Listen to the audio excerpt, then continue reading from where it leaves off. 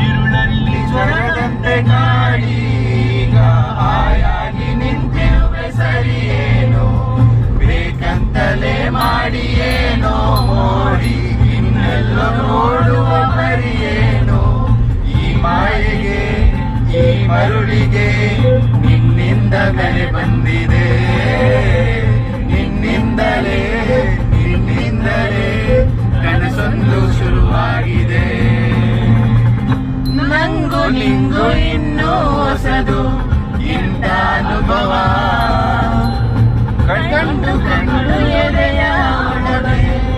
ಏನು ಕಲರವ ಸದಾ ಸದಾ ವಯಾರದ ಪದ ಪದ ಬೆಸೆದಿದೆ ಹೊಸ ಹೊಸ ಶೃಂಗಾರದ